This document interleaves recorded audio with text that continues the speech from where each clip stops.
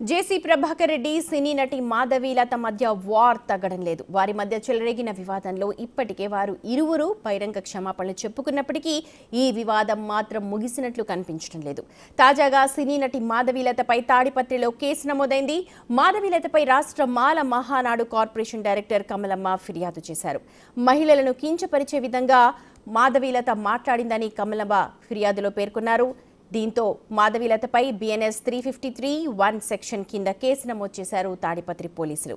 అయితే కొన్ని రోజుల క్రితమే జేసీ ప్రభాకర్ రెడ్డిపై సైబరాబాద్ పోలీసులు కేసు నమోదు చేశారు. నటి మాధవీలత ఫిర్యాదుతో ఈ కేసు ఫైల్ చేశారు.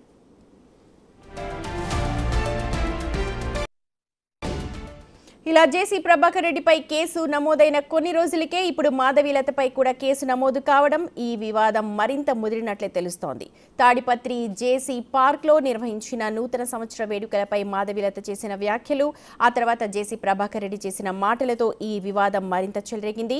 అయితే వీరు ఇరువురు క్షమాపణలు చెప్పుకున్నప్పటికీ మళ్లీ వీరిపై కేసులు నమోదు కావడం ఇప్పుడు చర్చనీయాంశమవుతోంది.